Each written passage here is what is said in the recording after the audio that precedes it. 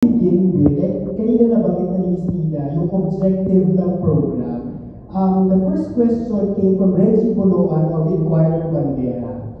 Her question is, I'm Who's going to... Reggie? Is she here? Wala siya, oo. Reggie. Kanina sabi niya, she's running a bit late. Pero, yeah, her question is, hi Kabsa, long time no see Ako ang friends niyo. Yes, way back nung bata pa ako. Oo. Bata pa rin naman. Okay, ang question niya is, anong pakiramdam na balik ka pamilya ka na? Like, nang i-offer ba sa iyo ito ay nag-yes ka agad? And also, alam ko kasi nag-iba kang show sa iba. Ano ang bago dito sa show mo na hindi mo pa nagagawa sa dati mong radio show sa DZMM? Okay, unahin natin yung si Manang Reggie talaga. Multiple questions. Okay. Pinapaisip mo ako, syempre naman, Manang Reggie, sa mind ko, umuupo ako agad. Kasi syempre, dito na po ako lumaki. No? Dito na po ako yung natuto sa mga bagay na ginagawa ko ngayon. At ang kailangan ko lang kong gawin dahil may isa pang akong programa yung Bagong Pilipinas ngayon on TV4, I had to ask permission from our bosses kung pwede ba nila akong payagan. Kasi iba naman siya, this is Teleradio Servicio, focus mainly on the radio, sa Islanda, at saka sa nasa TV rin kami. So very, very supportive po sila. Sabi nila, go Ina, spread your wings, fly high. So it felt very, I had a blessing, and it even made me more, excited to do this show. Kasi I know that I now have not just one, but two public service programs. Yes. So, yun. Ano yung isang question? Ayan, another question is, ano yung bago sa show na ito, itong nagsiservisyo Linya Corpus, na hindi mo pa nagawa dun sa previous program with DZMM? Yes. Alam niyo po, very excited ako dahil halos 2 taon rin po akong nawala sa radyo. At talagang na-miss ko siya. Na-feel ko yung hindi ako parang buo. Pero I learned to live with it, di ba? Nauso yung mga Zoom, yung mga interviews online. And then I had a show. Thankfully, I was given an opportunity to do other shows naman. Pero iba pa rin yung nakabalik ako sa una kong tahanan, yung dati ko pang tahanan where I really feel at home. And ang kaibahan ko ngayon is that hindi lang siya health show. Dati ko kasi I was known sa DZMM Teleradio noon as a health news anchor. So, lagi po ako nag-interview ng mga doktor na minsan natawag namin sa akin doktor. Kala nila doktor din ako. So, ang nagsaservisyo ni Linya Corpus is we expanded po that. Marami po kami hindi lang health, kundi iba't ibang mga servisyo na nais namin iparating po sa ating mga kababayan. So siguro isa-isahin ko lang yung mga segments po namin dito po sa nagsaservisyo ni Linya Corpus. Yung main segment po namin, yung KOTD. So hindi OOTD, kundi KOTD. Ito po yung kaservisyo of the day. Sila po yung aming mga main guests for the day, kung saan pag-uusapan po namin kung ano yung mga serbisyo ng kanilang mga ahensya, for example. So kadalasan ito po ay mga public service officials, mga government officials, mga heads of departments, na pinag-uusapan po yung iba't-iba nilang mga programa. But not necessarily government. Meron din mga private individuals who run, major organizations na tumutulong din po sa ating bansa, sa kapwa. So, ganun po, sila po yung aming binibigyan ng highlight for KOTD. And then, syempre, hindi mawawala sa ating mga kalusugan. So, we have a segment called Doctor Servisyo. So, ito naman po yung ating mga expert, yung ating mga doktor, who will talk about mga common diseases na kinakaharap ng ating mga kababayan. So, lalo na ngayon, di ba, may banta ng Mpox, uso na naman ng fracaso, leptospirosis, at iba pa. So, nandiyan po sila para bigyan nila tayo ng tamang informasyon and life-saving information, hindi mga haka-haka at mga narinig lang sa kapitbahay.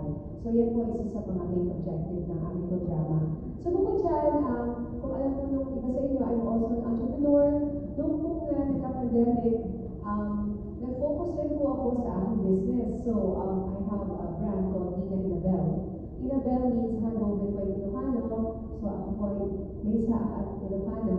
And meron po akong connection sa aming mga community sa Ilocos Norte. So, ginawa ko po, ginagamit ko yung mga native fabrics po natin at ginagawa ko natin modern clothing. And I would join bazaars, I would join pop-ups, and lumaki na rin siya ng lumaki, and gusto siya ngayon, di ba? Wear local, we're so proud to wear local. And nakakatuwa kasi marami rin po kami natutulungan. At hindi lang po ako, marami po ako mga kapwa-entrepreneurs na nandito sa ganitong negosyo at nakikita namin talaga yung excitement no, pagdating sa mga wikang Pinoy. So dito po sa Grow Negosyo segment namin, we will feature different negosyantes, mga whether ang negosyo mo ay malaki o maliit, kung paano ka nag-umpisa yung istorya mo, kung bakit ka napunta sa linya na yun. So we will interview mga business owners. May kahapon simple nga lang yung guest namin, ano, siya ang may-ari ng isang pagkawaan ng bibingka. Tapos ang kwento lang niya, that really made an impact on sa sobrang nag-workshop niya. Kaya ako naman ito tinutuloy lang kasi nakakatulong rin ako sa ibang tao. So parang sila, hindi naman talaga yung kalakyan yung business sila, pero marami naman silang customers, ano? So they resell yung bibingka nila. So by doing that, nakakapagbigay po sila ng trabaho sa kapwa Pilipino. Lalo na yung mga, iba walang trabaho, hindi nila saan sila kukuha ng kita pag mayroong mga produkto na ganyan. Mabenta yung produkto niya, in fact, nasa malls na rin. O yung mga nakikita nito ng mga bibingka, baka po galing sa kanya. So nakakatuwa, sabi niya yun yung driving force na nila. So nakita ko yung isa sa mga common denominator sa mga negosyante na ini-interview po namin na very successful. Hindi lang po puro kita ang iniisip nila. Iniisip na nila kung paano sila makatulong sa kapwa, kung paano sila magsaservisyo sa kapwa. So isa rin sila ng social enterprise. So yun din po, magandang very inspiring yung mga istorya nila, masarap pakinggan at who knows, diba? Baka tayo rin ay mahikaya na gawin yun. So, bukod doon, meron din kami sino po sila segment. Dami naman segment. Sino po sila? We feature ordinary Filipinos with extraordinary stories. So, you know, or even, let's say they're already extraordinary and they want to promote them in what they do. So, ganon. For example, meron kami naging guest na ang first ever Igorota attack pilot. Babae siya. And Igorota siya. And ang galing niya. Beauty queen pa, parang Miss AFP, ganyan. Or, diba, Air Force. Basta, very inspiring din yung kanyang istorya at talagang matutuwa ka. Kasi, katulad ko, bilang isang nanay na may dalawang anak na babae, nakaka-empower. Gusto ko makakita ng mga ganitong role models, diba? Na kakaiba, hindi natin masyado silang napapanood, napapakinggan. Pero dito po sa aming programa, we give them a venue, yung mga ganitong mga pambihirang mga kababaihan who are doing very well in their field, lalo na yung mga kababaihan who are doing well sa mga trabaho ng mga kalalakihan. Ayun. So, syempre, meron kami mga light segments. We have a segment called Pet Malu. Yan. Pet Malu po, ito po yung segment namin. Para po sa mga fur parents. Sino po sa inyo may alagang aso o pusa at napadami yung pandemic or nabiglang nagkaroon ng help ng pandemic. So, alam po namin marami sa inyo ang may mga alagang hayop. So, ito po, we will interview naman mga pet experts and mga veterinarians kung paano po natin tamang pangalagaan yung ating mga fur babies. Ayan, thank you, Miss Ina. Ngayon, kahit hindi pa natin nag-road yung program, so nice to hear na sobrang hitik siya sa mga kapakipakinabang na segments. I'm sure bawat isang segment may matututunan tayo. I'd like to go back lang, doon sa na-mention mo kanina, you're doing another public service program na. How does it feel na even broadcasters like you pwede nang tumalit ng iba't ibang platforms para ma-deliver yung like your passion for public service or broadcasting? Ano pa kinabang? Even networks nowadays, they partner with each other to deliver quality content. Yes, I'm very grateful that these days you can do everything you might, that you couldn't do before. Na pwede mo pagsabayin, for example, dalawang public service shows. In fact, yung show ko na Bagong Pilipinas ngayon, where I interview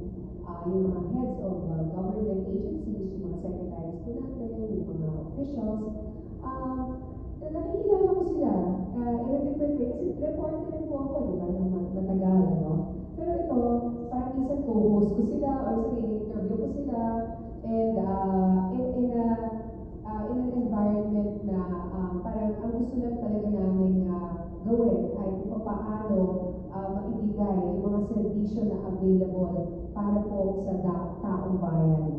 And I realized that marami pa rin po tayong mga tao sa gobyerno ngayon, lalo na yung mga bata. Marami po tayong young, brilliant officials who chose to work in government.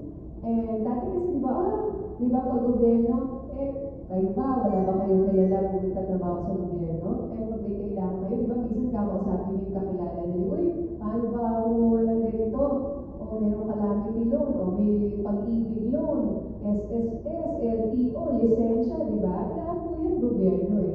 So why don't we give them a venue? Kung saan natin talaga na lalo maipapalapit sa mga mamamayan yung mga serbisyo that we deserve as Filipinos. So yun din po, may crossover yan sa aming nagsaservisyo linya purpose. So since meron na akong kumbaga relationship, parang naminig ko po itong mga officials na ito, marami akong nalalaman tungkol sa mga ginagawa ngayon ng ating pamahalaan. And gusto namin itawid yan dito sa nagsaservisyo linya purpose. Marinig mismo sa ating mga opisyal, sa mga, ating mga heads of agencies, lalo na may mga departments na talagang lagi natin hinahabol minsan